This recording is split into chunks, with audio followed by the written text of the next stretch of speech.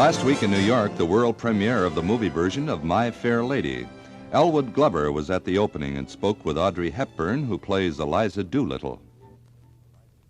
Miss Hepburn, may I compliment you immensely on a tremendous performance. Oh, you don't know that's music in my ears. And I hear that I've seen it and you haven't yet. No, I haven't. And I must say, I'm always, tense about a movie when it comes out. And usually I've seen it before.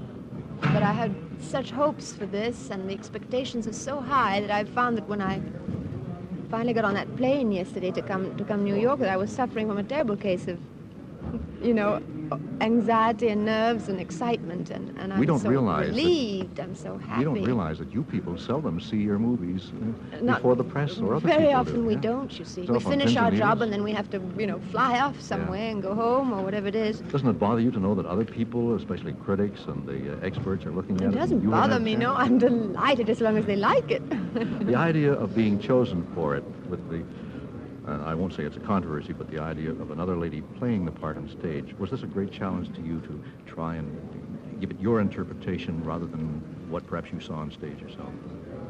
The challenge was not so much, to give my interpretation as opposed to that of somebody else, but to do it as well. And other than the musical, the Pygmalion's been done many times before, and there have been many famous, marvelous actresses who've done it. So you have an awful lot to live up to, How did you manage the Cockney accent? Well, being English, I've heard it in England and everything, and I just worked on it. I just took the script and worked on the lines. Did someone instruct you? No, I did it alone. Were you able to understand it, by the way? Of course. Because in the beginning, when we were first rehearsing and everything, the Cockney was too thick, and there were people on the set couldn't really understand, and that's also a danger. You can do an accent too much. You can overdo it, exactly. Yeah. Yes, you can make a caricature of it. And do it too far. Well, it wasn't so much that, but if you really speak Cockney, really Cockney, and you speak it fast, it's very hard, especially for non-Cockney ears, to follow. So Am I allowed to ask you about the singing and the voice? Yes. You did sing part of this role. Well, you see, I sang it all, and so did the girl who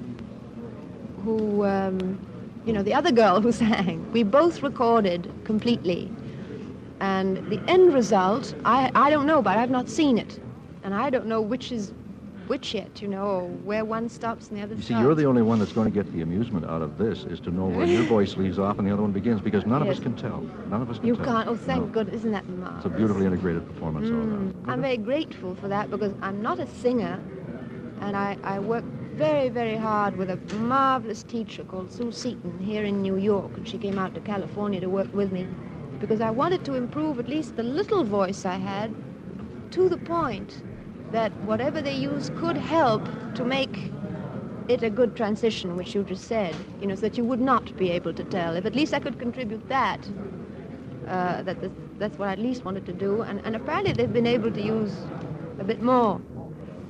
We'd had about 3.5 months of actual shooting, 6 weeks of rehearsing before that, and I worked for, about 2 months just by myself or at home while I was still in Switzerland on learning the songs, working on the Cockney, learning the script. Miss Hepburn, have you ever thought of doing a Broadway production again? I know you were on Broadway at one time, but what about the future? That is to say, it's not that I've not thought about it, because it's something I would love to do, and I would adore to do another play or a musical or something like that. But it presents tremendous problems. I'm constantly being asked, does one's private life and a career mix? Well, you can have a certain amount of movie making, and when you stop making a picture, you can then go back to fully devoting yourself to your house and home. Being in a play for months on end, is very tough, because we don't live in New York, and I like to follow my husband wherever he goes on his jobs, and pictures are made the world over now, and I wouldn't be able to do that, so our home would be split, and May I ask you about your family? You may. How old and where are they? Sean is 4, and regrettably we had to leave him at home yesterday because it was too short a trip to bring him over here. But Home is- Mel is here, though. He came with me. We're But coming home to is the still premiere tomorrow Switzerland, night. is it not? Yes. But at the moment, we're in Rome, you see, and we've just come from Madrid because that's where the pictures are being done. Hollywood That's is what- getting to mean so very little in the motion picture field, and you know, My Fair Lady is I the wouldn't one go movie s- that's bringing it back. I mean, yes, Hollywood is I really wouldn't the go center. that far. I think Hollywood still is a magic name, you know, and it's still the origin, and it's still somehow home base. The world is so for small movie with making. everything that it also applies to movie making now. As you just said, Rome, Madrid, Switzerland. It's been a great pleasure talking with you. Thank you. Elwood Glover with Audrey Hepburn at the New York opening of My Fair Lady. And incidentally, the film has its Canadian opening slated for tomorrow night in Toronto.